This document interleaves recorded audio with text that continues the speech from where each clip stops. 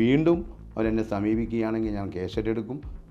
ഗ്രീഷ്മയെ വളരെ രസകരമായിട്ട് ഇതിൽ നിന്ന് നോക്കൂ. ഞാൻ ഒരാളോട് നിങ്ങളൊരു 5 ലക്ഷം ഉറുപ്പിക തയ്യാറെ വയ്ക്കുക, ഒരാൾ പോയി കൊന്നോളൂ, ഇന്ത്യയിലെ എല്ലാ മന്ത്രിമാരെയും കൊന്നോളൂ എന്ന് നിർദ്ദേശം കൊടുക്കാനുള്ള വക്കീലല്ല. കൊലപാതകം എന്ന കേസിലെ പഴയ 302 വകുപ്പ് അനുസരിച്ച് ഏറ്റവും വലിയ ശിക്ഷ തൂക്കുമരണം അല്ലെങ്കിൽ ഡെത്ത് പെനാൽറ്റി. ഇപ്പോൾ ഇവിടെ ഇരിക്കുന്ന വലിയ കെട്ട് നിങ്ങൾ കണ്ടു. ഇതാണ് ഇനി നമ്മൾ നടത്താൻ പോകുന്ന വന്ദന ദാസ് കൊലക്കേസ്. ഈ ഗ്രീഷ്മ എന്ന് പറയുന്ന പെൺകുട്ടിക്ക് തീർച്ചയായിട്ടും അപ്പീൽ കൊടുക്കാനുള്ള പൂർണ്ണ അവകാശമുണ്ട്. ആരോണിന് വേണ്ടി താങ്കൾ ഹാജരാവുകയാണെങ്കിൽ ഗ്രീഷ്മയ്ക്ക് താങ്കൾക്ക് വധശിക്ഷ വാങ്ങിക്കൊടുക്കാൻ പറ്റും? ഇവിടെ ആകെ ഉണ്ടായിരുന്ന ക്രൂരത എന്ന് പറയുന്നത് വിഷം കഴിച്ചു. അത് കണ്ടുപിടിക്കാൻ ഡോക്ടർമാർക്ക് സാധിച്ചിട്ടില്ല. അപ്പോൾ ഞാനിവിടെ സത്യം പറഞ്ഞാൽ കുറ്റപ്പെടുത്തുന്നത് ഡോക്ടർമാരെയാണ്. തീർച്ചയായിട്ടും വധശിക്ഷ കൊടുക്കാൻ കമാൽ പാഷ പറയുന്നതുകൊണ്ട് 100% വിയോജിക്കുന്നു. കാരണം സാഹചര്യ തെളിവുകൾ മാത്രമുള്ള ഒരു കേസിൽ ഒരിക്കലും ഡെത്ത് പെനാൽറ്റി കൊടുക്കേണ്ട ആവശ്യമില്ല. ഒരു നിരപരാധിയെ പോലും ജയിലിലടയ്ക്കാൻ ശ്രമിക്കുന്ന പോലീസ് സംവിധാനവും പ്രോസിക്യൂഷൻ സംവിധാനവും ഉണ്ട്. സാഹചര്യ തെളിവുകളിൽ ശിക്ഷ ഒരിക്കലും ഡെത്ത് പെനാൽറ്റി അല്ല. അപ്പോൾ ഉപദ്രവിച്ച മാതാപിതാക്കളും കുറ്റവാളികളാണ്. കേസിൻ്റെ ഉൾവഴിയിലേക്കും നാൾവഴിയിലേക്കും പോയാൽ നമുക്ക് പറയാൻ സാധിക്കും ഈ ഗ്രീഷ്മ ചെയ്തത് ഒരു ചതി തന്നെയാണ്. ഒരു വിധിന്യായങ്ങളും ഇമോഷന് പുറത്താകരുത് എന്ന് പറയാൻ ആഗ്രഹിക്കുന്ന ആളാണ്. ആദ്യം ബഹുമാനപ്പെട്ട ഹൈക്കോടതി അപ്പീലാണ് കേൾക്കുക. അപ്പീൽ അനുവദിക്കുകയാണെങ്കിൽ പിന്നെ വധശിക്ഷയില്ല. ഇനി ഞാൻ ഒരു ചോദ്യം നിങ്ങളോട് ചോദിക്കുകയാണ്. നിങ്ങളൊരു കൊലപാതകം ചെയ്താൽ നിങ്ങൾ പറയുമോ, അയ്യോ എൻ്റെ ഒന്നും തെറ്റുപറ്റി ഞാൻ ജയിലിൽ കിടക്കാൻ തയ്യാറാണ്?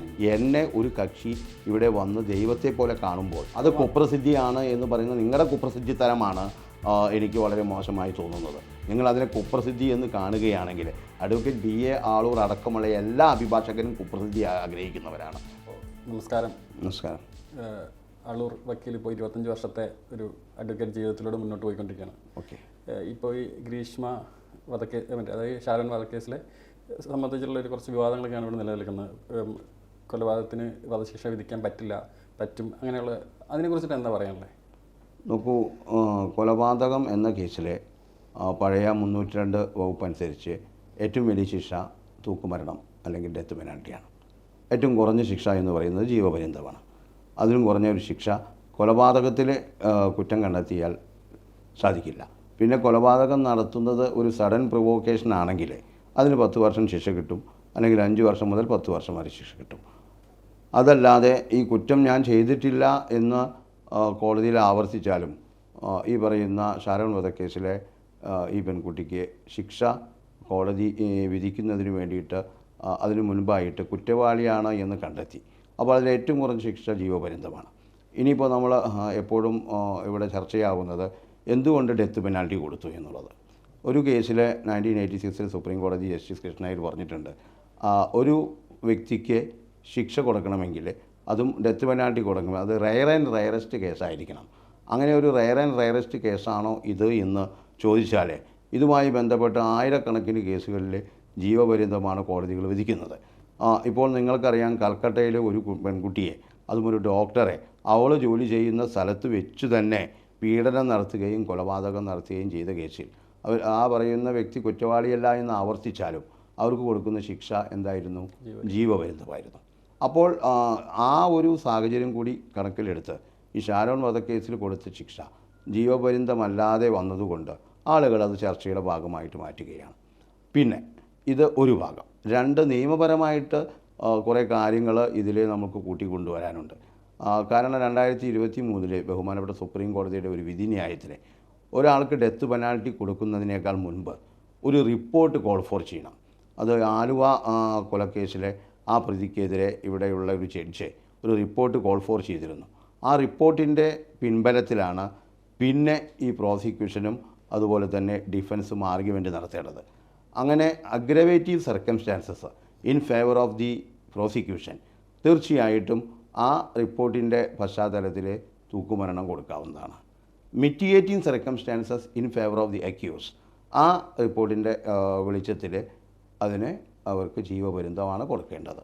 അപ്പോൾ അങ്ങനെയുള്ള ഒരു റിപ്പോർട്ട് ഈ സ്പെഷ്യൽ ജഡ്ജ് കോൾ ഫോർ ചെയ്തിട്ടുണ്ടോ ഇല്ലയോ എന്നുള്ളതാണ് നമ്മൾ ആദ്യം അന്വേഷിക്കേണ്ടത്. എനിക്ക് കിട്ടിയ ഇൻഫോർമേഷൻ അനുസരിച്ച് അങ്ങനെ റിപ്പോർട്ട് കോൾ ഫോർ ചെയ്തിട്ടില്ല.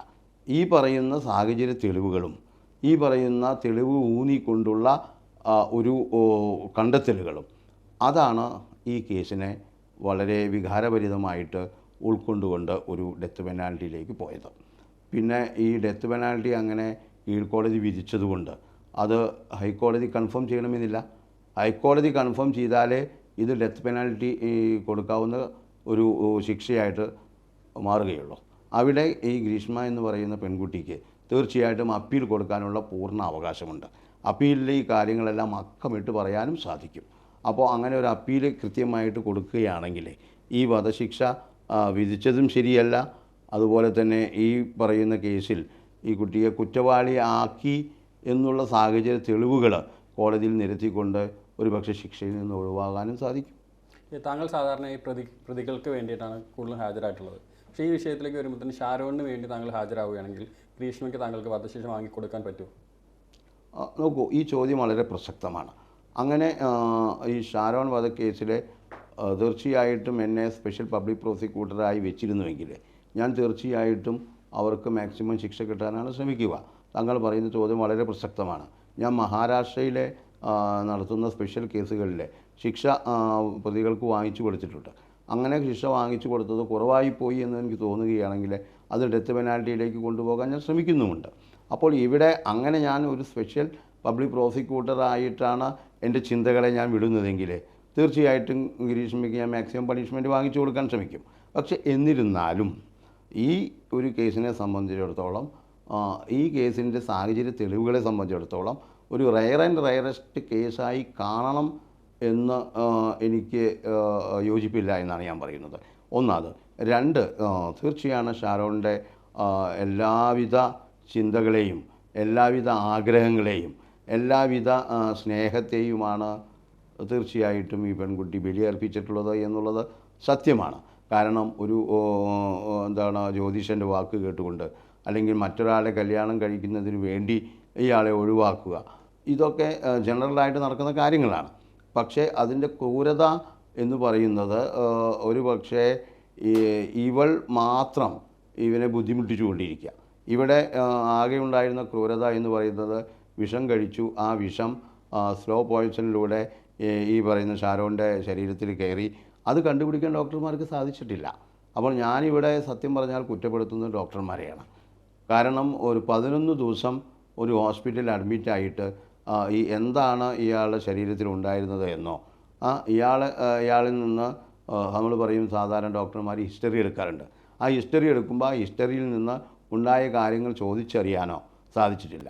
പിന്നെ ചോദിച്ചറിഞ്ഞ് കാര്യങ്ങൾ മനസ്സിലാക്കി വരുമ്പോഴേക്കും ഇദ്ദേഹത്തിന് ഹെൽത്ത് കണ്ടീഷൻ വളരെ ഡിറ്റോറിയേറ്റഡ് ആയിരുന്നു. അങ്ങനെ ഡിറ്റോറിയേറ്റഡ് ആയിരിക്കുന്ന ഹെൽത്ത് കണ്ടീഷനിലാണ് ഒരു മജിസ്ട്രേറ്റിനെ കൊണ്ട് മൊഴി രേഖപ്പെടുത്തിയത്. ആ രേഖപ്പെടുത്തിയ മൊഴിയിലും ഇത് ചെയ്തത് ഇന്ന ആളാണ് എന്ന് പറയാനായിട്ട് ആ വ്യക്തി തയ്യാറായിരുന്നില്ല. അപ്പോൾ ആ സാഹചര്യങ്ങളൊക്കെ ഡൈൻ ഡിക്ലറേഷൻ്റെ പരിധിയിൽ വരുന്നുണ്ടെങ്കിൽ പോലും അതിലൊരാളുടെ പേര് രേഖപ്പെടുത്തുന്നില്ലെങ്കിൽ ഈ ഡൈൻ ഡിക്ലറേഷന് വളരെ പ്രസക്തിയില്ല. അപ്പോൾ താങ്കൾ ഇതിൻ്റെ പബ്ലിക് പ്രോസിക്യൂട്ടർ ആവുകയാണെങ്കിൽ ഈ കേസിൽ ഗ്രീഷ്മയ്ക്ക് വധശിക്ഷ വാങ്ങിക്കൊടുക്കാൻ താങ്കളെ കൊണ്ട് കഴിയില്ല എന്നാണ് പറഞ്ഞു വരുന്നത്. അല്ല, ഞാൻ വധശിക്ഷ വാങ്ങിച്ചു കൊടുക്കാൻ കഴിയില്ല എന്നല്ല. ഇതൊരു റെയർ ആൻഡ് റെയറസ്റ്റ് കേസാക്കിയിട്ട് കണക്കാക്കുന്നതിൽ ഒരു പക്ഷേ പ്രോസിക്യൂഷൻ പരാജയപ്പെട്ടേക്കാം. കാരണം അല്ലെങ്കിൽ കോടതികൾ ഇത് റെയർ ആൻഡ് റെയറസ്റ്റ് കേസാക്കിയിട്ട് കണക്കാക്കാൻ സാധിക്കാത്ത ഒരു കേസാണിത്. അതവിടെ ഞാൻ വധശിക്ഷ വാങ്ങിച്ചു കൊടുക്കുക എന്നുള്ളത് എനിക്ക് കോടതിയിലെ ഇതിൻ്റെ സാഹചര്യങ്ങൾ അവതരിപ്പിക്കാനല്ലേ പറ്റുള്ളൂ. ശിക്ഷ വിധിക്കുന്നത് ഞാനല്ലല്ലോ ശിക്ഷ വാങ്ങിച്ചു കൊടുക്കാനായിട്ട് കോടതിയോട് പറഞ്ഞാലും കോടതി അത് ചെയ്യണമെന്ന് നിർബന്ധമില്ലല്ലോ. അപ്പോൾ ഇതേ കേസിന് തന്നെ ഗ്രീഷ്മയ്ക്ക് വേണ്ടിയാണ് താങ്കൾ അപ്പിയർ ചെയ്യുന്നുണ്ടെങ്കിൽ എന്തൊക്കെ കാര്യങ്ങളായിരിക്കും അതിനകത്ത് മാറ്റങ്ങൾ വരുന്നത്? അതാണ് ഞാൻ നേരത്തെ നിങ്ങളോട് സംസാരിച്ചു കൊണ്ടിരുന്നത്. ഈ സാഹചര്യ തെളിവുകൾ, അതാണ് സുപ്രീം കോടതി പല വിധിന്യായത്തിലും പറയുന്നത്. സാഹചര്യ തെളിവുകളിൽ ശിക്ഷ ഒരിക്കലും ഡെത്ത് പെനാൽറ്റി അല്ല. പിന്നെ സാഹചര്യ തെളിവുകൾ ഇത് കൂട്ടിയിണക്കാൻ പ്രോസിക്യൂഷന് സാധിച്ചോ അതും കൂടി ഒന്ന് കണക്കാക്കേണ്ട കാര്യമാണ്. ഇപ്പോൾ ഈ ഗ്രീഷ്മ കേസിലെ പബ്ലിക് പ്രോസിക്യൂട്ടർ വളരെ വിജിലൻ്റാണ്, വളരെ എക്സ്പെർട്ടാണ്. അത് ഒരുപാട് കേസുകളിൽ അയാൾ ഡെത്ത് പെനാൽറ്റി വാങ്ങിച്ചു കൊടുത്തിട്ടുണ്ട്. പക്ഷേ ഈ ഒരൊറ്റ കേസിന് അദ്ദേഹം ഡെത്ത് പെനാൽറ്റി വാങ്ങിച്ചു കൊടുത്തു എന്നുള്ള വലിയ സന്തോഷം അയാൾക്കുണ്ടെങ്കിൽ ഞാൻ ആ ഒരു സ്പെഷ്യൽ പ്രോസിക്യൂട്ടറോട് പറയാൻ ആഗ്രഹിക്കുന്നത് ഈ കേസിൽ ഇത് റെയർ ആൻഡ് റെയറസ്റ്റായിട്ട് കാണേണ്ട ആവശ്യമുണ്ടായിരുന്നില്ല. ഇതിന് ഒരു മരണം വരെയോ അല്ലെങ്കിൽ ഒരു ജീവപര്യന്തമോ കൊടുത്താൽ മതിയായിരുന്നു. പക്ഷേ താങ്കൾ വിശ്വസിച്ച പെൺകുട്ടിയെ, ഒരാൾ സ്നേഹിച്ച പെൺകുട്ടിയെ ആ പെൺകുട്ടി തന്നെ അയാളെ കൊല്ലാൻ ശ്രമിക്കുന്നു അല്ലെങ്കിൽ കൊന്നു കളയുന്നു. അപ്പം അങ്ങനെയുള്ള കേസിലേക്ക് റയർ ആൻഡ് റയറസ്റ്റ് എന്ന് വെച്ച് കഴിഞ്ഞാൽ കോടതി തന്നെ പറഞ്ഞതെന്ന് വെച്ച് കഴിഞ്ഞാൽ ഒരാളുടെ പ്രണയം അല്ലെങ്കിൽ അദ്ദേഹത്തിന് സ്നേഹം അതിനെ ഇല്ലാതാക്കുന്ന രീതിയിലുള്ള ശ്രമങ്ങൾ നടത്തുന്നു. അത് ഭാവിയിലും സമൂഹത്തിൽ തെറ്റായൊരു മെസ്സേജ് നൽകും എന്നാണ് കോടതി അഭിപ്രായപ്പെട്ടത്. നോക്കൂ, സ്നേഹിച്ചവരെ കൊലപ്പെടുത്തുന്ന എത്രയോ കേസുകൾ നമ്മൾ കണ്ടിട്ടുണ്ട്. ഇപ്പോൾ ഞാൻ നടത്തുന്ന 2 പ്രധാനപ്പെട്ട കേസുകൾ, ഒന്ന് ജോളിയമ്മ ജോസഫ് 6 പേരെ കൊന്നു. അങ്ങനെയാണെങ്കിൽ ജോളിയമ്മ ജോസഫിനെ 6 പ്രാവശ്യം തൂക്കിക്കൊല്ലണ്ടേ? നോക്കൂ, കേസ് എന്ന് പറയുന്നത് തെളിവുകളുടെ രൂപീകരണമാണ്. ആ രൂപീകരണത്തിൽ വളരെ നല്ല രീതിയിൽ കൊണ്ടുപോയാൽ മാത്രമേ നമുക്ക് സാധാരണഗതിയിൽ ആ കേസിനെ ഉൾക്കൊള്ളാം. ഇനിയിപ്പോൾ നരബലി കേസ് നടക്കുന്നുണ്ട്. ഇവിടെ നരബലി എന്ന് പറയുന്ന നരഹത്യയിൽ നിന്നും മാറി നരബലി എന്ന് മാത്രമല്ല നരമാംസം കഴിച്ചു എന്നുള്ളതാണ്, അതാണ് കേസ്. അപ്പോൾ ഇതൊക്കെ ഒരു കോടതിയിൽ തെളിയണമെങ്കിൽ നല്ല സാഹചര്യങ്ങൾ കൊണ്ടുവരണം. അവർ കുറ്റക്കാരല്ല എന്ന് ഞാൻ സ്ഥാപിക്കാൻ ശ്രമിക്കുന്നു എന്ന് പലരും പറഞ്ഞെന്നെ കഴിഞ്ഞ ദിവസങ്ങളിൽ തെറി വിളിക്കുന്നവരുണ്ട്, ചീത്ത വിളിക്കുന്നവരുണ്ട്, തനിക്കൊക്കെ വേറെ പണിക്ക് പൊക്കൂടെ എന്ന് പറയുന്ന ആളുകളുണ്ട്. പക്ഷേ ഒരു അഭിഭാഷകൻ എന്ന നിലയിൽ നമ്മൾ 10 പേരെ കൊന്നാലും 5 പേരെ കൊന്നാലും 3 പേരെ കൊന്നാലും കൊലപാതകം എന്ന് പറയുന്നത് തെളിയിക്കാൻ പ്രോസിക്യൂഷന് കഴിഞ്ഞില്ലെങ്കിൽ 30 പേരെ കൊന്നാലും പ്രതിയെ വെറുതെ വിടും. അപ്പോൾ താങ്കൾ പറഞ്ഞു വരുന്നത് കുറച്ച് പണവും ആളും ഒരു വക്കീലും ഉണ്ടെങ്കിൽ ആർക്ക് വേണമെങ്കിലും ആരാണെങ്കിലും കൊല്ലാമെന്നാണോ? ആ ഒരു കൺസെപ്റ്റിനോട് ഞാൻ വിയോജിക്കുന്നു. നോക്കൂ, ഞാൻ ഒരാളോട് നിങ്ങളൊരു 5 ലക്ഷം ഉറുപ്പിക തയ്യാറെ വയ്ക്കുക, ഒരാൾ പോയി കൊന്നോളൂ, ഇന്ത്യയിലെ എല്ലാ മന്ത്രിമാരെയും കൊന്നോളൂ എന്ന് നിർദ്ദേശം കൊടുക്കാനുള്ള വക്കീലല്ല. എന്നെ സംബന്ധിച്ചിടത്തോളം ഒരാളൊരു കൊലപാതകം ചെയ്തതിന് ശേഷം അവർക്ക് ഉള്ള കാര്യങ്ങളെല്ലാം വിശദമായിട്ട് എന്നോട് പറയുന്നു. അങ്ങനെ എന്നോട് പറയുമ്പോൾ ഞാൻ സെർച്ച് ചെയ്യുന്നത് നിയമപരമായിട്ട് എങ്ങനെ അയാളെ രക്ഷിക്കാൻ സാധിക്കുമെന്നാണ്. അപ്പോൾ അതിന് പണമൊരു മാധ്യമം ആണോ എന്ന് ചോദിച്ചാൽ എനിക്ക് നിങ്ങൾ പറയുന്ന പോലെ 500 രൂപയ്ക്ക് 200 രൂപയ്ക്ക് മർഡർ കേസ് നടത്താൻ സാധിക്കില്ല. കാരണം ഞാൻ ഉൾക്കൊള്ളുന്ന അഭിഭാഷക സംഘം അതാ ഇപ്പോൾ ഇവിടെ ഇരിക്കുന്ന വലിയ കെട്ട് നിങ്ങൾ കണ്ടു. ഇതാണ് ഇനി നമ്മൾ നടത്താൻ പോകുന്ന വന്ദനാദാസ് കൊലക്കേസ്, ഡോക്ടർ വന്ദനാദാസ് കൊലക്കേസ്. ഇതിലെ 5000-ൽ പരം പേജുള്ള കുറ്റപത്രമാണ്. അപ്പോൾ ഈ കുറ്റപത്രം പൂർണ്ണമായും വായിച്ച് എൻ്റെ തലയ്ക്ക് പിന്നിൽ അതാണ് ഉണ്ടാവുക. അപ്പോൾ ഓരോ സാക്ഷികൾ വരുമ്പോഴും ആ സാക്ഷികളുടെ ക്രെഡിബിലിറ്റി കോടതിയിൽ എന്താണ്, ആ കൊണ്ടുവരുന്ന സാക്ഷിയുടെ ക്രെഡിബിലിറ്റിക്കൊപ്പം തെളിവുകൾ പൂർണ്ണമായി സ്വീകരിക്കാൻ സാധിക്കുമോ എന്ന് പറയുന്ന കാര്യങ്ങളാണ് ക്രോസ് വിസ്താരത്തിലൂടെ കൊണ്ടുവരുന്നത്. അപ്പോൾ അങ്ങനെ വരുമ്പോൾ അതിനെനിക്ക് അഭിഭാഷകരുടെ ഒരു സംഘമുണ്ടായിരിക്കും. എന്നിരുന്നാൽ പോലും താങ്കളിപ്പോൾ ഒരാൾ കൊലപാതകം നടത്തി, അയാളുടെ പണമുണ്ട്, അയാൾക്കൊരു പ്രമുഖനെയോ അല്ലെങ്കിൽ ആരെങ്കിലും അവർക്ക് ഇഷ്ടമുള്ള ഒരാളെ അയാൾക്ക് ഇഷ്ടമില്ലാത്ത ഒരാളെ കൊലപ്പെടുത്തുന്നു. അങ്ങനെ ഒരു കൊലപ്പെടുത്തിയിട്ട് വന്നാൽ കുറച്ച് പണവുമായി ഇപ്പോൾ എൻ്റെ കയ്യിൽ 1 കോടി രൂപയുണ്ട്, ഞാൻ വരുവാണ്, ആളൊരു വക്കീൽ എന്നെ രക്ഷപ്പെടുത്തണം എന്ന് പറഞ്ഞു വന്നാൽ അപ്പോൾ ഞാൻ നിയമപരമായിട്ട് അയാളെ രക്ഷിക്കും. അപ്പോൾ അതെൻ്റെ ഉത്തരവാദിത്തമാണ്. അതാണ് പറഞ്ഞു വരുന്നത്. അപ്പോൾ ഒരാളെ കൊന്നു കഴിഞ്ഞാലും ഈ സമൂഹത്തിൽ ആരെ കൊന്നു കഴിഞ്ഞാലും അഭിഭാഷകൻ എന്ന നിലയിൽ താങ്കളുടെ അടുത്ത് പണവുമായിട്ട് വന്നു കഴിഞ്ഞാൽ ആരെ വേണമെങ്കിലും താങ്കൾ രക്ഷപ്പെടുത്തി വിടും. അപ്പോൾ അതിലേക്ക് വരുമ്പോൾ നമ്മൾ ഒരു ഹരിചന്ദ്രൻ്റെ നാടിലേക്ക് നമ്മളെ നയിക്കേണ്ടിയിരിക്കുന്നു. ഇവിടെ കൊലപാതകം നടക്കാൻ പാടില്ല, ബലാത്സംഗം നടക്കാൻ പാടില്ല, കുറ്റകൃത്യങ്ങളൊന്നും ആരും ചെയ്യരുത്. അങ്ങനെയാണെങ്കിൽ ഈ അഭിഭാഷകൻ്റെ ആവശ്യമേ ഇല്ല, ഈ അഭിഭാഷക പ്രവൃത്തിയുടെ ആവശ്യമേ ഇല്ല. പക്ഷേ ഒരാൾ കുറ്റവാളിയാണ് എന്ന് പറഞ്ഞ് എന്നെ സമീപിക്കുകയും എന്നോട് പറയുകയാണ് ഞാൻ പൈസ ചിലവാക്കാൻ തയ്യാറാണെന്ന് പറയുകയും ചെയ്താൽ തീർച്ചയായിട്ടും നിയമപരമായിട്ട് ഞാൻ അയാളെ രക്ഷിക്കും, അതിലൊരു തർക്കവുമില്ല. അതാണ് ഒരു ഡിഫൻസ് ലോയർ എന്ന് പറയുന്ന അഡ്വക്കേറ്റ് BA ആളൂർ അടക്കമുള്ള ഒരുപാട് അഭിഭാഷകർ. ബോച്ചെ കേസിലെ നിങ്ങൾ കണ്ടതാണ്, അദ്ദേഹത്തെ രക്ഷിക്കാനായിട്ട് കോടികൾ ഇറക്കി, അദ്ദേഹം രക്ഷപ്പെട്ടു എന്ന് പറയുന്നവരെയായിട്ട് ജാമ്യം എടുത്തു. അപ്പോൾ ഇതൊക്കെ ഓരോ വ്യക്തികളുടെയും വ്യക്തിപരമായ അഭിപ്രായവും ആഗ്രഹവുമാണ്. അപ്പോൾ അവരുടെ കയ്യിൽ പൈസ ഉണ്ടെങ്കിൽ നല്ല അഭിഭാഷകരെ കാണും, കൂടുതൽ ഫീസ് വാങ്ങിക്കുന്ന അഭിഭാഷകരെ കാണും. അവർ കോടതിയിലെ കാര്യങ്ങൾ വളരെ കൃത്യമായിട്ട് പറയും, അതിനൊന്നും തെറ്റ് പറയാൻ പറ്റില്ല. ഇനി ഞാൻ ഒരു ചോദ്യം നിങ്ങളോട് ചോദിക്കുകയാണ്, നിങ്ങളൊരു കൊലപാതകം ചെയ്താൽ നിങ്ങൾ പറയുമോ അയ്യോ എൻ്റെ ഒന്നും തെറ്റുപറ്റി ഞാൻ ജയിലിൽ കിടക്കാൻ തയ്യാറാണ് എന്ന്? അല്ല, തെറ്റ് ചെയ്തു പോയി, എന്നെ തൂക്കിക്കൊല്ലാൻ വിധിച്ചോളൂ എന്ന് പറയുമോ? അതിൻ്റെ നടപടിക്രമങ്ങൾ മുന്നോട്ട് പോകാൻ പറയണം. അല്ല, നിങ്ങൾ പറയാൻ തയ്യാറാണോ? നിങ്ങളൊരു ചോദ്യം എന്നോട് ചോദിച്ചു, ഞാൻ ഒരാളെ കൊലപാതകം നടത്തിയാൽ സാർ ഞാൻ കുറ്റം ചെയ്തു പോയി, എന്നെ തൂക്കിക്കൊന്നോളൂ എന്ന് പറയാൻ തയ്യാറാണോ? കുറ്റം ചെയ്തു കഴിഞ്ഞാൽ ശിക്ഷിക്കപ്പെടണം. അല്ല, നിങ്ങൾ പറയാൻ തയ്യാറാവില്ല. അതാണ് പറഞ്ഞത്. നോക്കൂ, തയ്യാറാകും, നിങ്ങൾ തയ്യാറാകുമെന്നാണ് പറയുന്നത്. അപ്പോൾ നമുക്ക് ഇനിയുള്ള കേസുകളൊക്കെ അല്ലേ, കുറ്റം ചെയ്താലും ചെയ്തില്ലെങ്കിലും എല്ലാവരെയും തൂക്കിക്കൊല്ലാൻ. ഞാൻ തങ്ങളോട് ഇപ്പോൾ ചോദിച്ച ഒരേ ഒരു ചോദ്യം, നിങ്ങൾ സ്വന്തമായിട്ട് ഒരാളെ കൊലപാതകം നടത്തി, എന്നിട്ട് നിങ്ങൾ നേരെ ചെന്ന് പോലീസ് സ്റ്റേഷനിലേക്ക് പോകുന്നു, ഞാൻ കുറ്റം ചെയ്തിട്ടുണ്ട്, എന്നെ തൂക്കിക്കൊല്ലാൻ വിധിക്കാനായിട്ട് കോടതിയോട് പറയൂ എന്ന് 99.5% ആളുകളും പറയില്ല. അത് നിങ്ങൾക്ക് സ്വന്തമായിട്ട് അത് തന്നെയാണ് നിങ്ങൾക്ക് സ്വന്തമായിട്ട് അതായത് ഞാൻ എൻ്റെ മനസാക്ഷി മുൻനിർത്തി നിങ്ങളുടെ മനസാക്ഷിയാണെങ്കിൽ നിങ്ങൾ എന്തുകൊണ്ട് അയാളെ കൊലപാതകം ചെയ്തു? സാഹചര്യം കൊണ്ട്. അപ്പോൾ ആ സാഹചര്യങ്ങൾ നിങ്ങൾക്ക് ഉണ്ടായ കാര്യങ്ങൾ നിങ്ങൾ നിങ്ങളുടെ അഭിഭാഷകനോട് പറയുകയും എന്നെ എങ്ങനെയെങ്കിലും ആ സാഹചര്യ തെളിവുകളിൽ നിന്ന് രക്ഷപ്പെടുത്താൻ നിങ്ങൾ ആവശ്യപ്പെടുകയും ചെയ്യും. നിങ്ങളില്ല എന്ന് പറഞ്ഞാലും നിങ്ങൾ ഇൻ്റർവ്യൂവറായിട്ട് അതിനെ സ്ഥാപിച്ചെടുക്കാൻ ശ്രമിക്കുകയാണ്. പക്ഷേ നിങ്ങൾ അല്ലെങ്കിൽ നിങ്ങളിൽ ബന്ധപ്പെട്ട ഒരാൾ കൊലപാതകം ചെയ്തു അറിഞ്ഞാൽ നിങ്ങൾ ആദ്യം അയാളോട് പറയുന്ന ഒരേ ഒരു ചോദ്യം ഇതാണ്: നിങ്ങൾ നല്ലൊരു വക്കീലിനെ കാണും എന്നുള്ളതാണ്. അപ്പോൾ വക്കീലന്മാരെ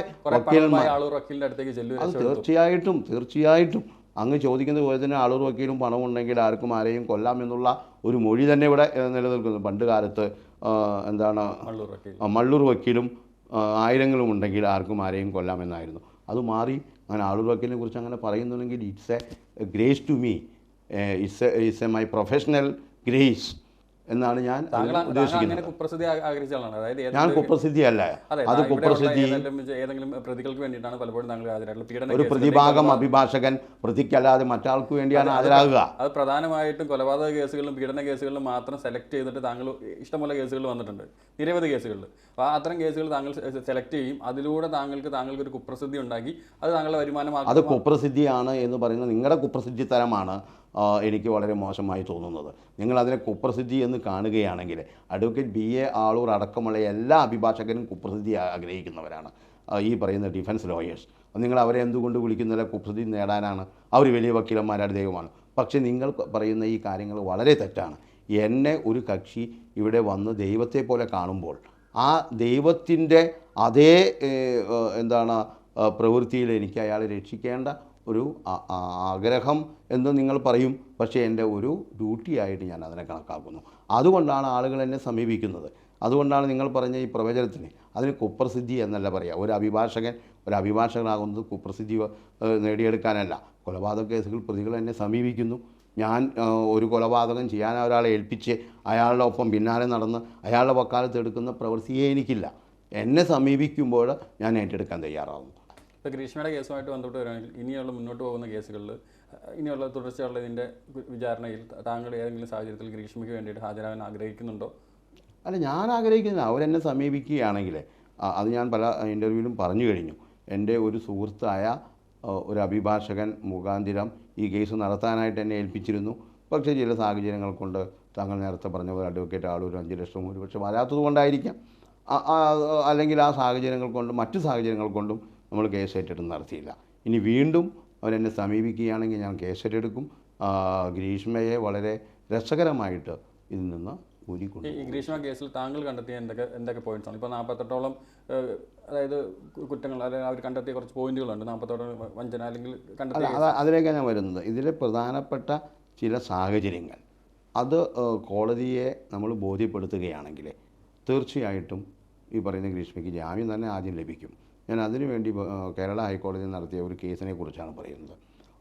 സ്വന്തം ഭാര്യയെ കൊല നടത്തി വീട്ടിൻ്റെ ഉള്ളിൽ നിന്ന് എയർ ഹോളിലൂടെ പുറത്ത് കടന്നു. അപ്പോൾ നിങ്ങളൊരു എയർ ഹോളിലൂടെ ഒരു മനുഷ്യന് പുറത്ത് കടക്കാൻ പറ്റുമോ? സാധാരണ കടക്കാൻ പറ്റുമോ?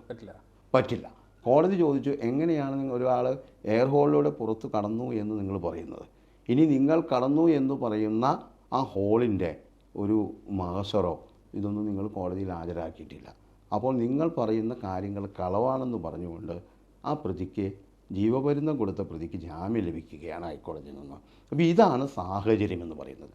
അപ്പോൾ പ്രോസിക്യൂഷൻ കൊണ്ടുവരുന്ന സാഹചര്യങ്ങൾ കൂട്ടിയിണക്കുമ്പോൾ അതിനെ ഒരു വിദൂരത അല്ലെങ്കിൽ ഒരു അപ്രാപ്യമായിട്ടുള്ള കാര്യങ്ങൾ കൊണ്ടുവരികയാണെങ്കിൽ തീർച്ചയായിട്ടും അത് വിശ്വസിക്കാൻ കോടതികൾ തയ്യാറായില്ല. കാരണം ഹൈക്കോടതി ഡിവിഷൻ ബെഞ്ചാണ്, 2 ജഡ്ജിമാരാണ് വാദം കേൾക്കുന്നത്. അങ്ങനെയുള്ള കോടതികൾ ഒരിക്കലും ഇത്തരം കാര്യങ്ങൾ വിശ്വസിക്കില്ല. പിന്നെ ഉള്ള സാഹചര്യങ്ങൾ അത് കൂട്ടിയിണക്കി അതുമായി ബന്ധപ്പെട്ട് കാര്യങ്ങൾ പ്രോസിക്യൂഷന് വളരെ ശക്തമായിട്ട് ഇവിടെ കൊണ്ടുവരാൻ സാധിച്ചാൽ ഒരു പക്ഷേ ഗ്രീഷ്മയ്ക്ക് ജാമ്യം പോലും ലഭിക്കില്ല. അപ്പോൾ താങ്കൾ പറഞ്ഞ ഈ കേസിൽ താങ്കൾ തന്നെ പറഞ്ഞു, നേരത്തെ പറഞ്ഞു പ്രോസിക്യൂഷൻ വക്കീൽ മികച്ചൊരു വക്കീലാണ്. അദ്ദേഹം ഇതിന് മുന്നേ നിരവധി കേസുകളിൽ ആളുകൾക്ക് വധശിക്ഷ മേടിച്ചു കൊടുത്തിട്ടുണ്ട്. അപ്പോൾ താങ്കളെ പോലുള്ള ഒരാൾക്ക് വെല്ലുവിളി ഉയർത്താൻ കഴിവുള്ള ഒരു വക്കീൽ തന്നെയാണ് അദ്ദേഹം. താങ്കൾ തന്നെ മുൻകൂട്ടി ആദ്യം പറഞ്ഞു കഴിഞ്ഞാൽ അദ്ദേഹം അപ്പോൾ അത്തരത്തിലുള്ള വക്കീലോട് താങ്കൾ ഏറ്റുമുട്ടുമ്പോൾ എത്രത്തോളം താങ്കൾക്ക് അല്ല, നമ്മൾ ഈ കോടതിയിൽ കൊണ്ടുവന്ന അദ്ദേഹത്തിൻ്റെ കഴിവിനെയല്ല തെളിവിനെയാണ് നമ്മൾ വീണ്ടും വീണ്ടും മുടിനാരിഴ കീറി പരിശോധിക്കുന്നത്.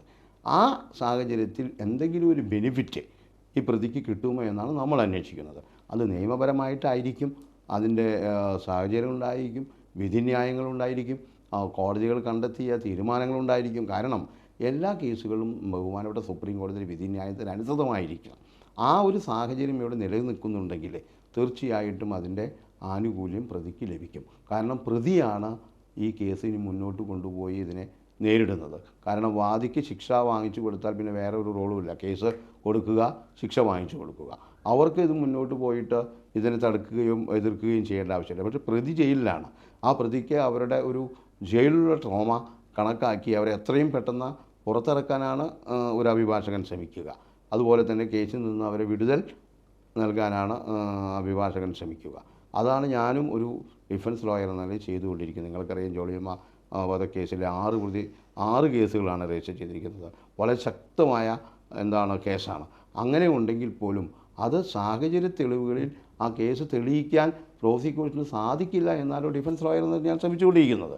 അതിനാണ് ഞാനിപ്പോൾ ദിവസങ്ങളോളം നടന്ന് ക്രോസ് വിസ്താരവും നടത്തി 140ഓളം സാക്ഷികളെ വിസ്തരിച്ച് ആ കേസ് പൂർത്തീകരിക്കപ്പെടുന്നത്. ഇപ്പോൾ ഈ കേസിലേക്ക് വരുവാണെങ്കിൽ ഇതിനകത്ത് കെമാൽ പാഷ എന്നൊരു ജസ്റ്റിസ് കെമാൽ പാഷ പറഞ്ഞിരിക്കുന്നത് ഈ പ്രതിയെപ്പോലെ തന്നെ വാദിയും കുറ്റക്കാരനാണ്. അദ്ദേഹം ഇവരുമായിട്ട് ശാരീരികവും മാനസികവുമായ ബന്ധം പുലർത്തിയിരുന്നു. അത്തരത്തിലുള്ള ആളുമായിട്ടുള്ള അവരുടെ ബന്ധം ഒഴിവാക്കാനായിട്ട് ശ്രമത്തിനിടയിലാണ് ഇത്തരത്തിലുള്ള കൊലപാതകം നടന്നത്. അതുകൊണ്ട് ഇവർക്ക് വധശിക്ഷ അനുവദിക്കേണ്ട ആവശ്യമില്ല. പിന്നെ അവരുടെ പ്രായപരിധി, അങ്ങനെയുള്ള വിദ്യാഭ്യാസം, ഇങ്ങനെയുള്ള കാര്യങ്ങളെല്ലാം കൂട്ടിണക്കുമ്പോൾ ഞാൻ അദ്ദേഹത്തിൻ്റെ ആ ഒരു കൺസെപ്റ്റിനോട് ഞാൻ വിയോജിക്കുകയാണ്. കാരണം അദ്ദേഹം കൊടുത്ത വധശിക്ഷകളിൽ പലതും സുപ്രീം കോടതിയിൽ ചോദ്യം ചെയ്യപ്പെട്ടിട്ടുണ്ട്. ഇപ്പോൾ അവസാനമായിട്ട് ഞാൻ നടത്തിയ കേസിൽ തന്നെ അദ്ദേഹം വധശിക്ഷ എങ്ങനെയാണ് കൺഫേം ചെയ്തത് എന്നുള്ളത് എല്ലാവർക്കും അറിയാവുന്നതാണ്. കാരണം ഞാൻ കോടതിയിൽ ആർഗ്യൂ ചെയ്ത 105 സാഹചര്യങ്ങൾ മാത്രമേ പ്രതിക്കെതിരെ നിലനിൽക്കുന്നുള്ളൂ എന്നും 105 ചോദ്യങ്ങളാണ് 313-ാം വകുപ്പ് അനുസരിച്ച് പ്രതിയോട് ചോദിക്കാൻ സാധിക്കുകയുള്ളൂ എന്നും പറഞ്ഞപ്പോൾ ആ 105 സാഹചര്യങ്ങൾ പ്രതിക്കെതിരായുള്ള തെളിവായി പറഞ്ഞ് ഇവിടെ ഡെത്ത് പെനാൽറ്റി അദ്ദേഹം കൺഫേം ചെയ്തതാണ്. ഈ ഗ്രീഷ്മ കേസിൽ അദ്ദേഹം പറഞ്ഞതിനോട് ഞാൻ യോജിക്കുന്നു. കാരണം സാഹചര്യ തെളിവുകൾ മാത്രമുള്ള ഒരു കേസിൽ ഒരിക്കലും ഡെത്ത് പെനാൽറ്റി കൊടുക്കേണ്ട ആവശ്യമില്ല എന്നുള്ള ഒരു കൺസെപ്റ്റിനോടാണ് അദ്ദേഹം യോജിച്ചത്. അല്ല, അതോടൊപ്പം തന്നെ അദ്ദേഹം ഷാരോണിനെയും കുറ്റപ്പെടുത്തിയിരുന്നുള്ളൂ. ഷാരോണുമായിട്ടുള്ള ഒരു മാനസികവും ശാരീരികവുമായിട്ടുള്ള അതിനോട് ഞാൻ സത്യമായിട്ട് യോജിക്കുകയാണ് ചെയ്യുന്നത്. 2 സാഹചര്യങ്ങളാണ്. നോക്കൂ, ഒരു കുറ്റം ചെയ്യാൻ ഒരാളെ പ്രേരിപ്പിക്കുക. ഇപ്പോൾ ഉദാഹരണത്തിന് മക്കളെ ഉപദ്രവിക്കുന്ന മാതാപിതാക്കൾ. അപ്പോൾ മക്കളെ എപ്പോഴും ഉപദ്രവിക്കുമ്പോൾ ആ മക്കൾക്ക് മാതാപിതാക്കളോട് വൈരാഗ്യമുണ്ടാകും. ഉപദ്രവിക്കാതിരുന്നാൽ വൈരാഗ്യമുണ്ടാകുന്നില്ല. അപ്പോൾ ഉപദ്രവിച്ച മാതാപിതാക്കളും കുറ്റവാളികളാണ്. അപ്പോൾ അവരെ ഒരുപക്ഷെ നിഷ്കാസനം ചെയ്യാൻ ഒരു കുട്ടി ഒരു കൊലപാതകം നടത്തിയെങ്കിൽ, അല്ലെങ്കിൽ മകൻ കൊലപാതകം നടത്തിയെങ്കിൽ അതിന് നമ്മൾ ആരോട് യോജിക്കണം? ഒരുപക്ഷെ നിങ്ങൾ പറയും മകൻ ചെയ്തത് ശരിയായി എന്ന്, ഞാനും പറയും മകൻ ചെയ്തത് ശരിയായി എന്ന്. പക്ഷെ മകനെ ആ ഒരു സാഹചര്യത്തിലേക്ക് കൊണ്ടുവന്നത് മാതാപിതാക്കളാണ്. അപ്പോൾ ഇപ്പോൾ ഞാൻ കോഴിക്കോട് ഒരു കേസിൽ സ്വന്തം അമ്മയെ കൊലപ്പെടുത്തിയ മകൻ്റെ ഒരു കേസ്, അത് അമ്മയാണ് ആ മകനെ കൊലപാതകത്തിലേക്ക് അവനെ ക്ഷണിച്ചു കൊണ്ടുവരുന്നത്. അപ്പോൾ ആ ഒരു സാഹചര്യം കൂടി മനസ്സിലാക്കണം. പിന്നെ സഡൻ പ്രിവോക്കേഷൻ. ചില കേസുകളിൽ ഒരാൾ വന്ന് നിങ്ങൾ ഇന്നയാളെ കൊല്ലാൻ വേണ്ടിയായി വരുമ്പോൾ അയാൾ സഡൻ പ്രിവോക്കേഷൻ ഉണ്ടാകുന്നു. അല്ലെങ്കിൽ സെൽഫ് ഡിഫെൻസ്. അപ്പോൾ നിങ്ങൾ എന്നെ കൊല്ലുമെന്ന് പറഞ്ഞ് തോക്ക് ചൂളുമ്പോൾ ഞാൻ എൻ്റെ തോക്കെടുത്ത് നിങ്ങളെ കൊല്ലുന്നു, അതെൻ്റെ സെൽഫ് ഡിഫെൻസാണ്. അങ്ങനെ ഒരുപാട് കാര്യങ്ങൾ കൊലപാതകത്തിൽ നമ്മൾ കൂട്ടി യോജിപ്പിക്കുമ്പോൾ വരാറുണ്ട്. അപ്പോൾ അത്തരം കാര്യങ്ങളാണ് ഒരു അഭിഭാഷകൻ എന്ന നിലയിൽ ഓരോ പ്രതിയെയും രക്ഷിക്കാൻ ഞാൻ നിയമപരമായി കൈക്കൊള്ളുന്നത്. പക്ഷേ ഈ ഷാരോൻ്റെ കേസിലേക്ക് വരുമ്പോൾ ഷാരോൻ്റെ വീട്ടിൽ വെച്ച് ഒരു താലി ചാർത്തിയിട്ടുണ്ട്. അതിനുശേഷം വെട്ടുകാട് പള്ളിയിൽ വെച്ചിട്ട് താലി ചാർത്തിയിട്ടുണ്ട്. അപ്പോൾ ആദ്യം വിവാഹം കഴിക്കുന്ന ഭർത്താവ് മരിക്കും എന്നുള്ളൊരു ജോത്സ്യൻ്റെ വാക്ക് അനുസരിച്ചിട്ടാണ്. അതിനുശേഷം മറ്റൊരു പട്ടാളക്കാരൻ്റെ ആലോചന വരുന്ന സമയത്താണ് ഗ്രീഷ്മ ഇദ്ദേഹത്തെ വേണ്ട എന്നുള്ള തീരുമാനത്തിലെത്തുകയും പിന്നീട് അത് ഒഴിവാക്കാൻ കഴിയാതെ വരുമ്പോഴത്തേനും ഒരു കൊലപാതകത്തിലേക്ക് കിടക്കുകയും ചെയ്യുന്നത്. അപ്പോൾ ഇത്തരത്തിലുള്ള ഒരു കൃത്യമായിട്ടുള്ളൊരു വഞ്ചനാ കുറ്റം, 48ഓളം വഞ്ചന തെളിവുകൾ കൃത്യമായിട്ട് തെളിവുകളുള്ള കേസാണ്. അപ്പോൾ ഇത്തരത്തിലുള്ള ഭയങ്കര ഒരു ചതി തന്നെയല്ലേ ഇതിനകത്ത് നടന്നിരിക്കുന്നത് ശരിക്കും? നോക്കൂ, അങ്ങനെ കേസിൻ്റെ ഉൾവഴിയിലേക്കും നാൾവഴിയിലേക്കും പോയാൽ നമുക്ക് പറയാൻ സാധിക്കും ഈ ഗ്രീഷ്മ ചെയ്തത് ഒരു ചതി തന്നെയാണ് എന്ന്. പക്ഷേ ഇവിടെ ചോദ്യം ഇതല്ലല്ലോ. ഇങ്ങനെയുള്ള ചതി തെളിയിക്കാൻ പ്രോസിക്യൂഷന് കഴിഞ്ഞു, അതിന് നമ്മൾക്ക് കുറ്റം പറയാൻ സാധിക്കില്ല. അപ്പോൾ അതുകൊണ്ടാണ് ഒരു കൊലപാതകം തെളിയിക്കാനും സാഹചര്യ തെളിവുകൾ നിരത്തി കോടതിയിൽ അത് കൊണ്ടുവരാനും സാധിച്ചു എന്നുള്ളത് നമ്മൾ അപ്രീഷിയേറ്റ് ചെയ്യണം. പക്ഷേ ഇവിടെ ചോദ്യം ഇതൊന്നുമല്ല. അങ്ങനെയുള്ള സാഹചര്യത്തിൽ പോലും വധശിക്ഷ കൊടുക്കാൻ സാധിക്കുമോ എന്നുള്ളതാണ്. അതിനാണ് റയറർ ആൻഡ് റയറസ്റ്റ് കേസ്. അതായത് ഇപ്പോൾ ജഡ്ജി ഒരു ഇമോഷൻ്റെ പുറത്ത് ഇതിനകത്ത് വിധി പ്രഖ്യാപിച്ചു എന്നാണ് താങ്കൾ പറഞ്ഞിരുന്നത്. ഞാൻ അങ്ങനെ പറയാൻ ഞാൻ താല്പര്യം കാണിക്കുന്നില്ല.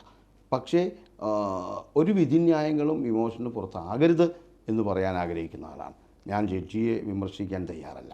കാരണം അദ്ദേഹം ചെയ്തത് എന്ത് സാഹചര്യങ്ങൾ കൊണ്ടാണ് എന്ന് അദ്ദേഹം വിധിന്യായത്തിൽ പറഞ്ഞിട്ടുണ്ട്. അപ്പോൾ അത് നമ്മൾ സ്വീകരിച്ചേ പറ്റൂ. പക്ഷെ ഒരിക്കലും എന്നെ സംബന്ധിച്ചിടത്തോളം ഒരു വിധിന്യായവും അല്ലെങ്കിൽ ഒരു വിധിന്യായം നടത്തുന്ന വ്യക്തികളും ഈ പറയുന്ന ഇമോഷൻ്റെ ഭാഗമായിട്ട് വിധിന്യായം താങ്കൾ അങ്ങനെ പാടില്ല എന്ന് പറയുമ്പോൾ ഈ കേസുമായിട്ട് ബന്ധപ്പെട്ട് വരുമ്പോൾ അങ്ങനെ സംഭവിച്ചിട്ടുണ്ടെന്ന് അല്ലെങ്കിൽ സംഭവിച്ചിട്ടില്ല എന്ന് താങ്കൾ പറയേണ്ടി വരുമല്ലോ. അല്ല, ഞാൻ ആ വിധിന്യായത്തിൽ അങ്ങനെ എന്താണ് ഈ പറയുന്ന കാര്യങ്ങൾ, ഇമോഷനായിട്ടുള്ള കാര്യങ്ങളൊന്നും വിധിന്യായത്തിൽ പറഞ്ഞിട്ടില്ല. വിധിന്യായത്തിൽ പറയുന്നത് ഇങ്ങനെ ഒരാൾ തെറ്റുകാരിയാണെങ്കിൽ എന്തുകൊണ്ട് വധശിക്ഷ കൊടുത്തുകൂടാ എന്നുള്ള ഒരു സാഹചര്യമാണ് കൊണ്ടുവന്നിരിക്കുന്നത്. അപ്പോൾ ഞാൻ പറയാൻ ആഗ്രഹിക്കുന്നത് കേസുകളുടെ വഴിക്കുക. ഒരു വക്കീലിന് ഇമോഷൻ ഉണ്ടാകാം.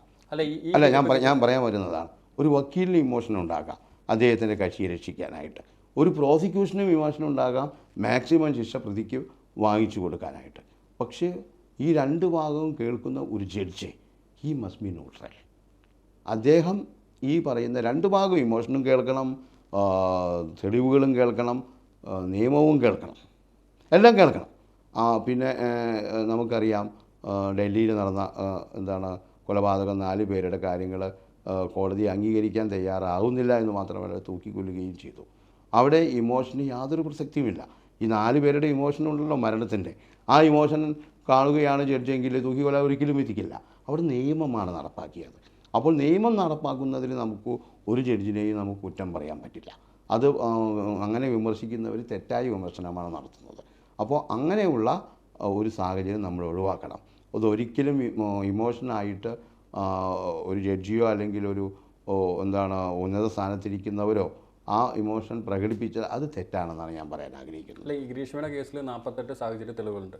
അതുപോലെ തന്നെ അവസാനത്തെ അദ്ദേഹത്തിൻ്റെ മരണമൊഴിയിൽ പോലും ഗ്രീഷ്മയുടെ പേര് അദ്ദേഹം പറഞ്ഞിട്ടില്ല എന്ന് പറയുന്നു. അപ്പോൾ അത്ര അവസാന സമയത്ത് പോലും വാവേ എന്നുള്ള പേരിൽ വിളിച്ചിട്ടാണ് അഭിസംബോധന ചെയ്യുന്നതെന്ന് പറയുന്നത്. ഇത്രത്തോളം ആത്മാർത്ഥമായിട്ടുള്ളൊരു പ്രണയം അല്ലെങ്കിൽ അവർ അത് ശരിയാണ്. താങ്കൾ പറയുന്നത് സാമൂഹികപരമായി ശരിയാണ്. ഇവർ കൊടുത്തിരിക്കുന്ന രണ്ട് കൺഫെഷനാണ്. ഒന്ന് എക്സ്ട്രാ ജുഡീഷ്യൽ കൺഫെഷൻ, മൂന്നാമതൊരു വ്യക്തിയോട്. അത് വളരെ വീക്ക് പീസ് ഓഫ് എവിഡൻസ് ആണ്. പിന്നെ എന്ന് പറയുന്നത് ഡൈൻ ഡിക്ലറേഷൻ. ഈ ഡൈൻ ഡിക്ലറേഷൻ്റെ ഒരു വ്യക്തിയുടെ പേര് പറഞ്ഞിട്ടില്ലെങ്കിൽ അതും വളരെ വീക്കായ എവിഡൻസാണ്. അപ്പോൾ ഈ രണ്ട് സാഹചര്യങ്ങളും കൂട്ടിയിണക്കാൻ പ്രോസിക്യൂഷൻ പല തെളിവുകളും ഹാജരാക്കുന്നു. അത് അക്സെപ്റ്റബിൾ ആണോ, അതാണ് കോടതികൾ പരിശോധിക്കുന്നത്. അത് അക്സെപ്റ്റബിൾ അല്ലെങ്കിൽ ഒരിക്കലും കോടതികൾ ഇങ്ങനെ ഒരു കണ്ടെത്തലിലേക്ക് വരില്ല. അപ്പോൾ ഇവിടെ അത് കോടതികൾ അത്തരം സാഹചര്യങ്ങൾ അക്സെപ്റ്റ് ചെയ്തു എങ്കിൽ തീർച്ചയായിട്ടും ശിക്ഷ വിധിക്കേണ്ടതാണ്. ആ ശിക്ഷ വിധിക്കുന്നതിൽ ഉള്ള മാനദണ്ഡങ്ങളാണ് ഞാൻ ആദ്യം തന്നെ പറഞ്ഞത്. അന്വേഷണം നടത്തി എല്ലാ സാഹചര്യങ്ങളും അന്വേഷിക്കണം. ഇപ്പോൾ ഗോവിന്ദസ്വാമിയുടെ കേസാണെങ്കിലും ഗോവിന്ദസ്വാമിയെക്കുറിച്ച് എല്ലാ അന്വേഷണങ്ങളും പൂർത്തിയാക്കി വെച്ചിരിക്കുകയാണ്. ഇപ്പോൾ 14 വർഷം അദ്ദേഹം ജയിലിലാണ്. ഇനി അദ്ദേഹത്തിന് പുറത്തിറങ്ങാനുള്ള സാഹചര്യമുണ്ട്. നിങ്ങൾക്കറിയാം ഡൽഹിയിൽ നടന്ന കൊലപാതകം. ഒരു കോൺഗ്രസ് നേതാവ് എങ്ങനെയാണ് ആ ലേഡിയെ കൊന്നു കുഴിച്ചു മൂടിയത്. അത് 14 വർഷങ്ങൾക്ക് ശേഷം റെമിഷൻ കൊടുത്തുകൊണ്ട് അദ്ദേഹത്തെ ശിക്ഷയിൽ നിന്ന് ഒഴിവാക്കുകയാണ് ചെയ്തത്. അപ്പോൾ ശിക്ഷ എന്ന് പറയുന്നത്, ഞാൻ അതിലേക്കാണ് വരുന്നത്, ശിക്ഷ എന്ന് പറയുന്നത് ഒരു വ്യക്തിയുടെ വ്യക്തി സ്വാതന്ത്ര്യത്തെ തടഞ്ഞുകൊണ്ടുള്ള ഒന്നാണ്. അങ്ങനെ തടയുമ്പോൾ ആ വ്യക്തി വീണ്ടും ചിന്തിക്കും. അപ്പോൾ അവർക്ക് റിഫോർമേഷൻ വരും. ഇനി ഞാൻ ചെയ്ത കുറ്റം എനിക്ക് തെറ്റാണ് എന്ന് ബോധ്യപ്പെടും. ആ ഒരു ഇതാണ് ഈ ജയിലുകളിൽ നടക്കുന്നത്. ഒരാളെ കുറ്റവാളിയായി ജയിലിലേക്ക് കൊണ്ടുവന്നാൽ അദ്ദേഹത്തിൻ്റെ ലൈഫ് എങ്ങനെ മാറ്റിയെടുക്കാം എന്നാണ് ഈ പറയുന്ന ജയിലുകൾ ശ്രമിക്കുന്നത്, അവിടെ ഉദ്യോഗസ്ഥർ ശ്രമിക്കുന്നത്. അവിടെ റിഫോർമേഷൻ നടക്കണം, കുറ്റവാളി മാനസാന്തരപ്പെടണം. അങ്ങനെ മാനസാന്തരപ്പെടുന്നുണ്ടെങ്കിൽ തീർച്ചയായിട്ടും അയാൾക്ക് ശിക്ഷയിൽ ഇളവ് കൊടുത്തുകൊണ്ട് അയാളെ പുറത്തിറക്കാൻ ഈ പറയുന്ന ജയിലും ജയിലധികൃതരും തയ്യാറാകുന്നു. ഈ കമാൽ പാഷ പറഞ്ഞ വിഷയങ്ങളിലേക്ക് തന്നെ വരുവാണെങ്കിൽ അദ്ദേഹം പറഞ്ഞിട്ടുണ്ട്, ഈ പെൺകുട്ടിയുടെ പ്രായം അല്ലെങ്കിൽ അവരുടെ വിദ്യാഭ്യാസം അതൊക്കെ ഇതിനകത്തൊരു ഘടകമാണ്. അത്തരത്തിലുള്ള ഈ 23 വയസ്സുള്ള പ്രായത്തിൽ അവർ ചിന്തിക്കാതെ പെട്ടെന്ന് ചെയ്തു പോയൊരു സംഭവമായിരിക്കാം. അപ്പോൾ അതുകൊണ്ട് അവർക്ക് ഈ വധശിക്ഷ കൊടുക്കേണ്ടതില്ല.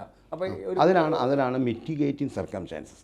ഞാൻ നേരത്തെ പറഞ്ഞല്ലോ, mitigating circumstances in favour of the accused. അവർക്ക് വധശിക്ഷ കൊടുക്കേണ്ട ആവശ്യമില്ല. ആ മിറ്റിഗേറ്റിംഗ് സർക്കംസ്റ്റാൻസാണ് പ്രതിഭാഗം അഭിഭാഷകൻ ഈ പറയുന്ന വധശിക്ഷ വിധിക്കാൻ ശ്രമിക്കുന്ന ഒരു കോടതിയിൽ അവതരിപ്പിക്കേണ്ടത്. അപ്പോൾ ഈ പ്രതിഭാഗത്തിൻ്റെ ഭയങ്കര വീക്കസ്റ്റ് ആയിട്ടുള്ള ഒരു അഡ്വക്കേറ്റ് ആയതുകൊണ്ടായിരിക്കും ഇങ്ങനെ സംഭവിച്ചെന്ന് തോന്നുന്നുണ്ട്. അത് പറയുന്നത് കൊണ്ടും വിരോധമില്ല. എന്തുകൊണ്ടാണ് ഈ കാര്യങ്ങളൊക്കെ നല്ല രീതിയിൽ അവതരിപ്പിക്കാൻ ഈ പറയുന്ന ഡിഫൻസ് ലോയറിന് കഴിഞ്ഞില്ല എന്നുള്ളത് അത് വളരെ പ്രസക്തമാണ്. അത് റീചെക്ക് ചെയ്യേണ്ടത് ഈ ഗ്രീഷ്മയുടെ കുടുംബവുമാണ്. അങ്ങനെയുള്ള സാഹചര്യത്തിൽ നല്ല അഭിഭാഷകരെ വീണ്ടും വെച്ചുകൊണ്ട് അവർ മുന്നോട്ട് പോകണമെന്നാണ് എനിക്ക് പറയാനുള്ളത്. ഇനി എങ്ങനെയായിരിക്കും ഈ കേസിന് മുന്നോട്ടുള്ള വാദഗതികൾ എങ്ങനെയാകും പോകുന്നത്? ഇനി വരാൻ പോകുന്നത് ഈ പറഞ്ഞ ഗ്രീഷ്മ ഒരു അപ്പീൽ ഫയൽ ചെയ്യുന്നു. സർക്കാർ ഇത് കൺഫേം ചെയ്യണമെന്ന് പറഞ്ഞുകൊണ്ട് പ്രോസിക്യൂഷൻ അവിടെ ഈ കേസിലെ വാദങ്ങൾ ഉന്നയിക്കുന്നു. അപ്പോൾ ആദ്യം ബഹുമാനപ്പെട്ട ഹൈക്കോടതി അപ്പീലാണ് കേൾക്കുക. അപ്പീൽ അനുവദിക്കുകയാണെങ്കിൽ പിന്നെ വധശിക്ഷയില്ല. അപ്പീൽ തള്ളുകയാണെങ്കിൽ പിന്നെ അടുത്ത ചോദ്യം വധശിക്ഷ കൺഫേം ചെയ്യണോ വേണ്ടയോ എന്നുള്ളതാണ്. അങ്ങനെ വേണമെന്ന് തോന്നുകയാണെങ്കിൽ കോടതി പറയും ഈ കേസിലെ വധശിക്ഷ നിലനിർത്തിക്കൊണ്ട് ഒരു വിധി ഉണ്ടാവുകയും ചെയ്യും. ഇനിയിപ്പോൾ വധശിക്ഷ വിധിക്കുകയാണെങ്കിലും ഇനിയൊരു സാഹചര്യത്തിൽ ഗ്രീഷ്മയ്ക്ക് ജാമ്യം അനുവദിക്കാനുള്ള സാഹചര്യങ്ങളുണ്ടോ? നോക്കൂ, അപ്പീൽ കോടതി വാദങ്ങൾ കേട്ട് ആ വാദങ്ങളിൽ സംതൃപ്തി അടയുകയാണെങ്കിൽ തീർച്ചയായിട്ടും ജാമ്യം ലഭിക്കും. അല്ലെങ്കിൽ ജാമ്യം ലഭിക്കാതെ ഈ കേസ് മുന്നോട്ട് പോയി അപ്പീൽ അനുവദിക്കുകയാണെങ്കിൽ ഈ പറയുന്ന ഗ്രീഷ്മയ്ക്ക് ഡെത്ത് പെനാൽറ്റിയിൽ നിന്ന് അതൊരു ജീവപര്യന്തമാകും. അങ്ങനെ ജീവപര്യന്തമായാൽ പോലും അത് മാറ്റിയെടുക്കാൻ സുപ്രീം കോടതിയെ സമീപിക്കാം. ഇനി അപ്പീൽ കൺഫേം ചെയ്യുകയാണെങ്കിൽ തള്ളുകയാവുകയും ഡെത്ത് പെനാൽറ്റി കൺഫേം ചെയ്യുകയുമാണെങ്കിൽ തീർച്ചയായും അവർക്ക് സുപ്രീം കോടതിയിൽ പോയി വാദങ്ങൾ ഉന്നയിക്കാനും അവിടെയും ഈ ശിക്ഷ ശരിവെക്കുകയാണെങ്കിൽ ഈ പറയുന്ന പ്രസിഡൻറ്റിനോട് ദയാഹർജിയിലൂടെ അപേക്ഷ കൊടുക്കുകയും ചെയ്യാവുന്നതാണ്. ആ ദയാഹർജിയും തള്ളിയാൽ ഗ്രീഷ്മയെ തൂക്കിക്കൊല്ലുമെന്നുള്ളത് യാഥാർത്ഥ്യം. ശരിക്കും ഇതൊരു എത്ര വർഷത്തെ ഒരു പ്രോസസ്സായിട്ട് മുന്നോട്ട് പോകാൻ സാധിക്കും? തീർച്ചയായിട്ടും ഞാൻ നടത്തിയ പല കേസുകളിലും 5, 8, 10 വർഷം എടുക്കുന്ന ഒരു പ്രോസസ്സാണിത്. സാധാരണഗതിയിൽ അങ്ങനെയാണ് ഞാൻ മനസ്സിലാക്കുന്നത്. കാരണം കേരളത്തിൽ തന്നെ ഡെത്ത് പെനാൽറ്റിയുടെ അപ്പീൽ കണക്കാക്കുന്നത് 4-5 വർഷങ്ങൾക്ക് ശേഷമാണ്. സാധാരണഗതിയിൽ നിയമപരമായ 6 മാസത്തിനുള്ളിൽ കണക്കാക്കണമെന്നുണ്ടെങ്കിൽ പോലും, കാരണം ഒരുപാട് കേസുകളുടെ മുൻ കേസുകളുടെ നിര തന്നെ ഇവിടെ ഉള്ളതുകൊണ്ട് അതൊക്കെ കണക്കാക്കിയിട്ട് ഈ കേസ് കണക്കാക്കുകയുള്ളൂ. ഇത് ചുരുങ്ങിയത് ഒരു 1.5 വർഷം 2 വർഷത്തിനുള്ളിൽ ഇതിൻ്റെ വാദം തന്നെ കേൾക്കാനുള്ള സാധ്യതയുള്ളൂ. ഇപ്പോൾ ഇങ്ങനെ ഒരു കേസ് മുന്നോട്ട് പോകുന്നു, ഗ്രീഷ്മയ്ക്ക് ഇത്രയും പ്രോസസ്സുണ്ട്. അപ്പോൾ ഈ ഏത് സാഹചര്യത്തിൽ ഇപ്പോൾ താങ്കളെ സമീപിക്കുകയാണെങ്കിൽ താങ്കൾ ഇതിനകത്ത് കൊണ്ടുവരുന്ന കുറേ പോയിന്റുകളും കാര്യങ്ങളൊക്കെ പറഞ്ഞു. ഇനിയുള്ള അപ്പിയറൻസ് എവിടെയായിരിക്കും? ഹൈക്കോടതിയിലായിരിക്കും? ഹൈക്കോടതിയിൽ മാത്രമാണ് ഇനി ഈ കേസിൻ്റെ വാദമുഖങ്ങൾ ഉണ്ടാവുകയുള്ളൂ. ഇപ്പോൾ കേരളത്തിൽ ഇതിന് മുന്നേ ഒരു വധശിക്ഷ നടന്ന് ഒരു ചന്ദ്രൻ 1990 30 വർഷമായിട്ട് ഇതിന് ശേഷം ഈ വധശിക്ഷ പലതും വിധിച്ചിട്ടുണ്ടെങ്കിൽ അതിനുള്ള നടപടികൾ പൂർത്തിയായിട്ടില്ല. അപ്പോൾ അതുകൊണ്ട് തന്നെ ഈ കോടതിയിലുള്ള ആളുകളുടെ വിശ്വാസത്തിൽ ഒരു കുറവ് വന്നിട്ടുണ്ട് ഈ സാഹചര്യത്തിൽ. അങ്ങനെ നമുക്കൊരിക്കലും പറയാൻ സാധിക്കില്ല. കാരണം ഓരോ കേസുകളുടെയും സാഹചര്യം മനസ്സിലാക്കി മുൻകാല കേസുകളൊക്കെ കൺസിഡർ ചെയ്തുകൊണ്ടാണ് പിൻകാല കേസുകൾ കണക്കാക്കുന്നത്. അപ്പോൾ അതുകൊണ്ട് ഇറ്റ് വിൽ ടേക്ക് ടൈം. കാരണം അതിന് പ്രാപ്തമായിട്ടുള്ള കോടതികളുടെ ഇവിടുത്തെ എണ്ണം, വക്കീലന്മാരുടെ എണ്ണം, ജഡ്ജിമാരുടെ എണ്ണം, ഇതൊക്കെ ഒരു മാനദണ്ഡമാണ്. പിന്നെ ചില കേസുകളിലെ വക്കീലന്മാർ കേസ് നടത്താൻ തയ്യാറല്ലെങ്കിൽ കോടതികൾ എന്ത് ചെയ്യും? അപ്പോൾ ലീഗൽ എയ്ഡിന് കൊടുക്കും. ലീഗൽ എയ്ഡ് അതിനൊരുപാട് സമയമെടുത്തു കേസ് നടത്തുമ്പോൾ. അതുകൊണ്ട് കേസുകൾ നീണ്ടുപോകാൻ എല്ലാവിധ സാഹചര്യങ്ങളുമുണ്ട്. പെട്ടെന്ന് കേസ് അവസാനിപ്പിക്കണമെന്ന് ഒരു ജഡ്ജി തീരുമാനിച്ചാൽ പോലും അത് നടക്കാത്ത സാഹചര്യങ്ങളുമുണ്ട്. സാധാരണ ഇത്തരം കേസുകൾ പെട്ടെന്ന് എടുക്കണമെന്നാണ് എൻ്റെയും ഒരു അഭിപ്രായം. അങ്ങനെയുള്ള ഒരു സാഹചര്യം നിലനിൽക്കുമ്പോൾ തീർച്ചയായിട്ടും 1 by 1 ആയിട്ട് കേസ് പരിഗണിക്കും.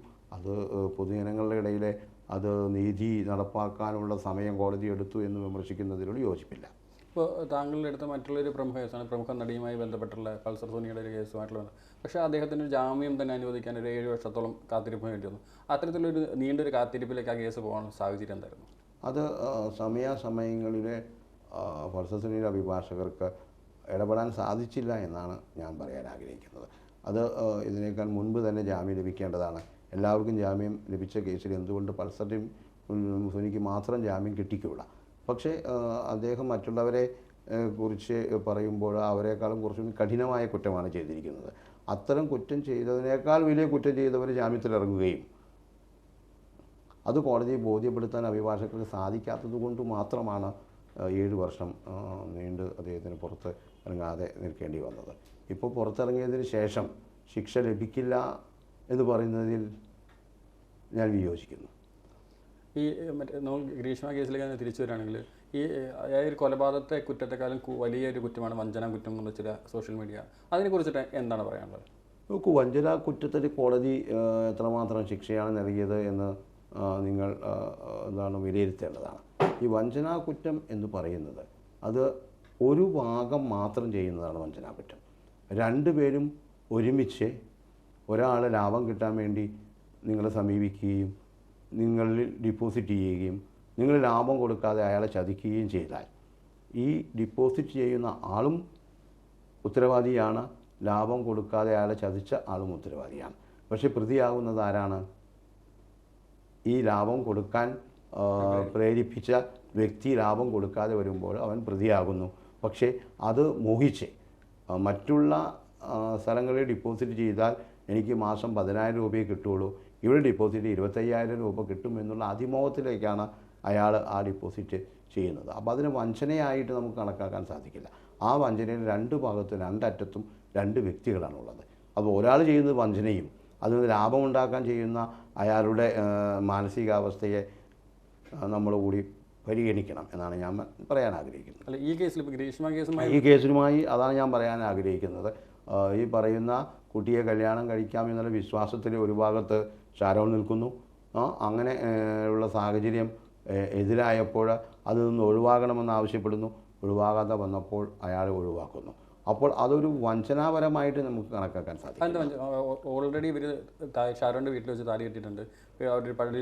അപ്പോൾ അങ്ങനെ ഒരു കാര്യം നടന്നാൽ അത് എത്രയും വേഗം ഒരു കോംപ്രമൈസ് ആക്കി കൊണ്ടുവന്നുകൊണ്ട് അതിനെ നല്ല രീതിയിൽ നിലനിർത്താൻ വീട്ടുകാരും അല്ലെങ്കിൽ ബന്ധുക്കളും ശ്രമിക്കണമായിരുന്നു. അത് ഷാരോന്റെ ഭാഗത്തുനിന്നും ഉണ്ടായില്ല, ഗ്രീഷ്മയുടെ ഭാഗത്തുനിന്നും ഉണ്ടായില്ല. അതായത് ഗ്രീഷ്മയുടെ അമ്മാവനും അതുപോലെ അമ്മയും അമ്മ സാഹചര്യ തെളിവുകൾ ഇല്ലാത്തതുകൊണ്ട് പ്രതിയായില്ല. പക്ഷേ പ്രതിയായിരുന്നു, പ്രതിയായി ചേർക്കപ്പെട്ടിരുന്ന വ്യക്തിയാണ് അമ്മയും അതുപോലെ തന്നെ അമ്മാവനും. അപ്പോൾ ഇവർ ഗൂഢാലോചനയുടെ ഭാഗമായിട്ട് തന്നെയാണ്. അതിലേക്കാണ് ഞാൻ വരുന്നത്. സാധാരണ ഇപ്പോൾ നമ്മൾ മിശ്ര വിവാഹങ്ങൾ കാണാറുണ്ട്. ഒരു മുസ്ലിം കുട്ടി ഒരു ഹിന്ദു കുട്ടിയെ അല്ലെങ്കിൽ ആൾ പ്രേമിക്കുന്നു. ചില സാഹചര്യങ്ങൾ കൊണ്ട് അവർക്കത് നിലനിർത്താൻ സാധിക്കുന്നില്ല. വീട്ടുകാർ ഇടപെട്ടുകൊണ്ട് 2 ഭാഗത്തു നിന്നും സംസാരിച്ച് ഈ പറയുന്ന കേസ് കോംപ്രമൈസ് ആക്കുന്നു. അങ്ങനെ ആയില്ല എങ്കിൽ 2 ഭാഗത്തും വാശിയും വൈരാഗ്യവും വരുന്നു. എനിക്കെങ്ങനെ അവളെ പൂട്ടാൻ പറ്റും, അവനെ എങ്ങനെ ഇവനെ പൂട്ടാൻ പറ്റും, ഇങ്ങനെ ഉള്ള ഒരു സാഹചര്യം വരുന്നു. അങ്ങനെയാണ് കേസുകളിലേക്ക് കാര്യങ്ങൾ ഉത്ഭവിക്കുന്നത്.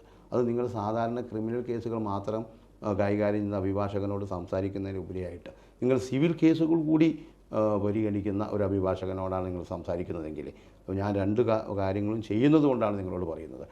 ആ സിവിൽ കേസും എന്തുകൊണ്ട് വരുന്നു? ഒരാൾക്ക് ഒരു പ്രോപ്പർട്ടി എഴുതി കൊടുത്ത് ആ പ്രോപ്പർട്ടി വേറെ ആൾക്ക് വിൽക്കുന്നു. അങ്ങനെ വരുമ്പോൾ അവർ സിവിൽ കോടതിയിൽ പോകുന്നു.